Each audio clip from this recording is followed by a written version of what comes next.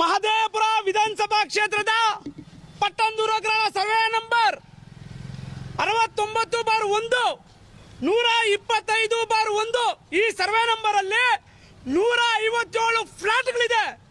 ಇದಕ್ಕೆ ಫ್ಲಾಟ್ಗಳಿಗೆ OCCC ಬೇಕಂದ್ರೆ ರಸ್ತೆ ಇರಬೇಕು. ರಸ್ತೆ ಹತ್ತಡಿ ಇದೆ. ಈ ಹತ್ತಡಿಗೆ ಈ ಅಧಿಕಾರಿಗಳು ಈ ಸರ್ಕಾರ ಹೆಂಗೆ ಪರ್ಮಿಷನ್ ಕೊಡುತ್ತೆ?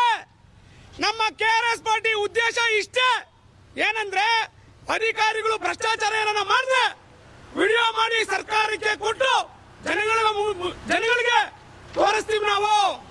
ಇವತ್ತು ಈ ನೋಡಿ AE Vinod, ADDP Rupesh, JDDP Raghavendra ಇವರು ಭ್ರಷ್ಟ ಅಧಿಕಾರಿಗಳು. ನೀವು ನಾನು ಈ ಅರ್ಜಿ ಕೊಟ್ಟಿರೋದು ಯಾವಾಗ ಅಂತಂದ್ರೆ ಕಟ್ಟಡ ನಿರ್ಮಾಣ ಆಗಿದ್ದಾದ್ಮೇಲೆ OC ಕೊಟ್ಕೊಡುದು ಅಂತ ನಾನು ಅರ್ಜಿ ಕೊಟ್ಟಿದ್ವಿ.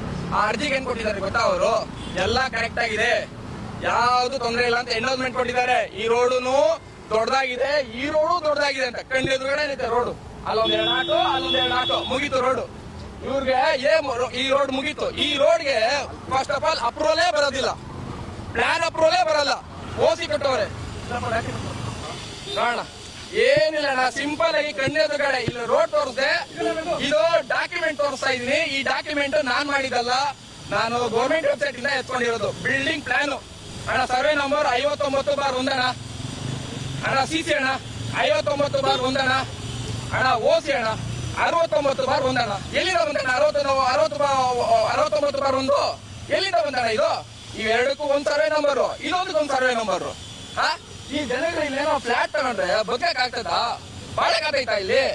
ಜನಗಳು ಇವಾಗ ಮಳೆಗಾಲ ಬಂದ್ರೆ ಬೋಟ್ ಎತ್ಕೊಂಡು ಓಡಾಡ್ತಾವ್ರೆ ಇಲ್ಲಿ ಲೇಔಟ್ಗಳಲ್ಲಿ.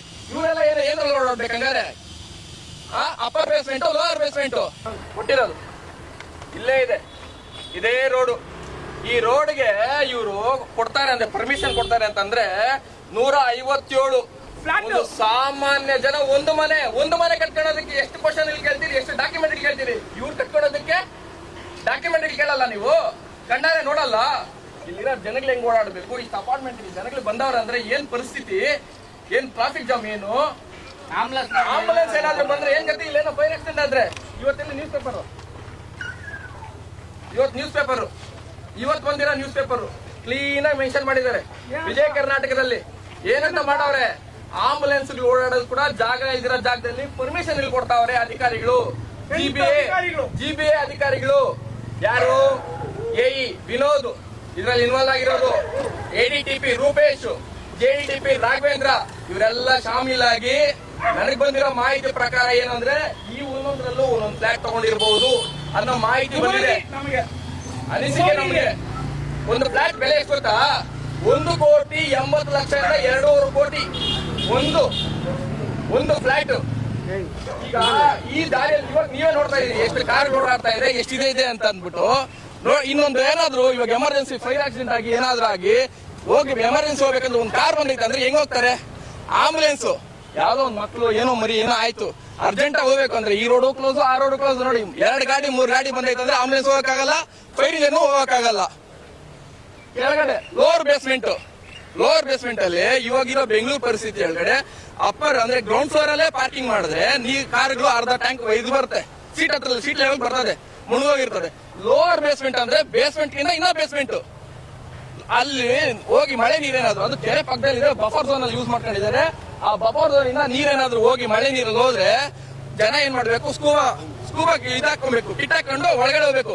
ನನ್ನ ಕಾರ್ ಎಲ್ಲಿದೆ ಅಂತ ಹುಡೋದಕ್ಕೆ ಸ್ಕೂಬಾ ಡೈವ್ ಮಾಡ್ಬೇಕಾ ಇವ್ರ ಕಸ್ಟಮರ್ ಇಲ್ಲಿ ಬಂದು ತಗೊಂಡು. ನೋಡಿ ಶ್ರೀ ರಾಘವೇಂದ್ರ, ಸ್ವಲ್ಪ ನೋಡಿ ಸ್ವಾಮಿ, ಶ್ರೀ ರಾಘವೇಂದ್ರ ಈ ಅಪಾರ್ಟ್ಮೆಂಟ್ ಹೆಸರು. ನೀವೇನಿಲ್ಲ, ಸಿಂಪಲ್ ಆಗಿ ಶ್ರೀ ರಾಘವೇಂದ್ರ ಕೇರ್ ಅಂದ್ಬಿಟ್ಟು ಯೂಟ್ಯೂಬ್ ಅಲ್ಲಿ ಹೋಗಿ ಸರ್ಚ್ ಮಾಡಿದ್ರೆ ಅವ್ರು ಕೊಡೋ ಅಡ್ವರ್ಟೈಸ್ಮೆಂಟ್ ನೋಡ್ಬೇಕು ನೀವು. ಲಕ್ಸುರಿ ಅಪಾರ್ಟ್ಮೆಂಟ್ಸ್ 2.5 ಕೋಟಿ. ಲೇಕ್ ವ್ಯೂ ಎಲ್ಲಿ? ಬಫರ್ ಝೋನ್ ನೋಡ್ಕೊಂಡು ನೀವು ಲೇಕ್ ವ್ಯೂ ಮಾಡ್ತೀರಾ? ನೀವು ಬಫರ್ ಝೋನ್ ಲೇಕ್ ವ್ಯೂ 2.5 ಕೋಟಿ ಕೊಟ್ಟು ಮನೆ ಕಟ್ಟಿದ್ರೆ ಅವ್ನಿಗೆ ಹತ್ತಡಿ ರೋಡ ಕೊಡ್ತೀರಿ ಪಬ್ಲಿಕ್? ಹತ್ತಡಿ ರೋಡ ಅವ್ನ ಕಸ್ಟಮರ್ 2.5 ಕೋಟಿಯಿಂದ 3 ಕೋಟಿ ಖರ್ಚು ಮಾಡ್ತಾನೆ ಈ ಮನೆಗೆ ಬರ್ಬೇಕಂದ್ರೆ EMI ಎಲ್ಲ ಕಂಪ್ಲೀಟ್ ಆಗೋದಕ್ಕೆ. ಅವ್ನಿಗೆ ಹತ್ತಡಿ ರೋಡ, ಅವ್ನ ಎಮರ್ಜೆನ್ಸಿ ಹೋಗ್ಬೇಕು ಅವನ್ನೆಲ್ಲ ಆದ್ರು ಇವನ್ನೆಲ್ಲ ದಾಟ್ಕೊಂಡು ಹೋಗ್ಬೇಕು ಅವನು. ಅಲ್ಲೇ ನೋಡಿ ಅಲ್ಲಿ ಆ ರೋಡ್ ಪರಿಸ್ಥಿತಿ ನೋಡಿ, ಈ ರೋಡ್ ಪರಿಸ್ಥಿತಿ ನೋಡಿ ಇಲ್ಲಿ ಇಷ್ಟು ಮಾತ್ರ ಬಿಟ್ಟವ್ರೆ. ಈ ಅಪಾರ್ಟ್ಮೆಂಟ್ ಏನ್ ಬೇಕೋ ಅದು ಮಾತ್ರ ಬಿಟ್ಟವ್ರೆ. ಎಷ್ಟು 30ರಿಂದ 40 ಅಡಿ ರೋಡ್. ಏನ್ ಕಸ್ಟಮರ್ ಇಲ್ಲೇ ರೌಂಡ್ ಹೊಡಿತಾರ? ಈಚೆ ಹೋಗಲ್ಲ. ಎಲ್ಲ ಹೋಗ್ಬೇಕು ಅವ್ರೆಲ್ಲ ಈಚೆ ಹೋಗ್ಬೇಕಂದ್ರೆ 10 ಅಡಿ ರೋಡಲ್ಲೇ ಹೋಗ್ಬೇಕು, ಹಿಂಗೆ ಹೋಗ್ಬೇಕು, 10 ಅಡಿ ರೋಡಲ್ಲೇ ಹೋಗ್ಬೇಕು. ಹೊರಗಡೆ ಹೋಗ್ಬೇಕು ಅಂತಂದ್ರೆ ಅವ್ರೆ ಇಲ್ಲೇ ರೌಂಡ್ ನೋಡ್ಕೊಂಡಿರ್ತಾರ.